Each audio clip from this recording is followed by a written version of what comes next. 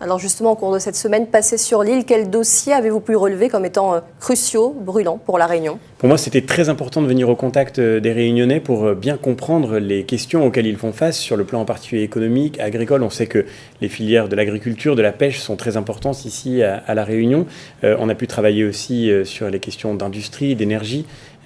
Et au fond, je repars de La Réunion avec le sentiment d'un potentiel extraordinaire à continuer de développer, parce que nous le voyons bien aujourd'hui, il y a à La Réunion tous les talents qu'il faut pour pouvoir guider l'île vers son autosuffisance ou vers sa résilience plus grande, en tous les cas, sur le plan de l'énergie, sur le plan de l'alimentation, et puis aussi pour que l'île puisse se projeter vers l'exportation. Et pour tout cela, il faudra évidemment d'abord que l'Union européenne reste présente à travers les fonds européens, mais aussi il faut, je crois, réorienter en profondeur la stratégie de l'Europe pour permettre à tous ceux qui travaillent à La Réunion, et c'est mon combat pour toute la France en général, pour tous ceux qui travaillent et qui produisent en France, de ne pas être soumis en permanence à la concurrence déloyale des productions extra-européennes. Aujourd'hui, quand vous produisez à La Réunion, vous êtes un agriculteur, un pêcheur, un industriel, vous devez faire avec des règles qui sont très compliquées sur le plan environnemental, sur le plan social, et c'est très bien parce que nous sommes exigeants, mais ensuite il ne faut pas que sur le même marché viennent des produits qui sont développés sans respecter aucune de ces règles et qui par définition du coup coûtent moins cher.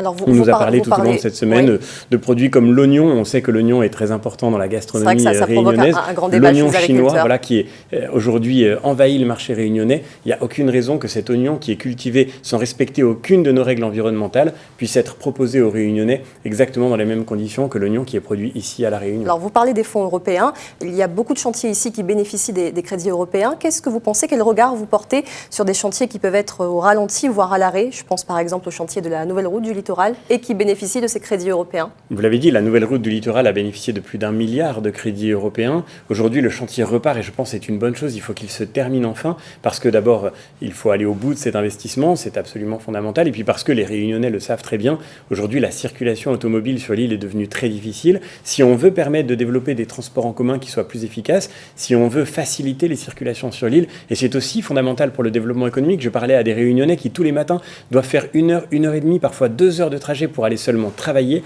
Il est évidemment fondamental pour résoudre le problème de l'emploi qu'on favorise la circulation et la nouvelle route du littoral doit évidemment s'achever pour cela. Tout à l'heure, vous parliez des oignons. Un mot peut-être sur l'agriculture. On sait que la réglementation européenne peut parfois être un frein à l'export de fruits. Par exemple, c'est le cas des mangues par rapport à la mouche aux fruits.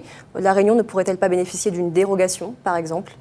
Il faut bien sûr que les produits à l'export puissent être valorisés dans des conditions qui soient sanitairement sûres. Il faut lutter contre cette mouche qui a effectivement infesté aujourd'hui certaines productions réunionnaises. Mais aujourd'hui, il y a évidemment, encore une fois, un 2 poids 2 mesures entre ceux qui peuvent rapporter des fruits en métropole et les agriculteurs qui, eux, ne peuvent pas exporter. Sur la question de l'export, moi, je vois 2 sujets majeurs. Le premier, c'est aider à l'export les productions qui sont pénalisées aujourd'hui directement par la crise sanitaire. On sait que beaucoup des exports de fruits et de légumes de la Réunion viennent avec les avions de passagers et le ralentissement du trafic passager condamne aujourd'hui l'exportation de beaucoup de fruits alors que la saison commence tout juste et qu'elle promet d'être extrêmement bénéfique cette année.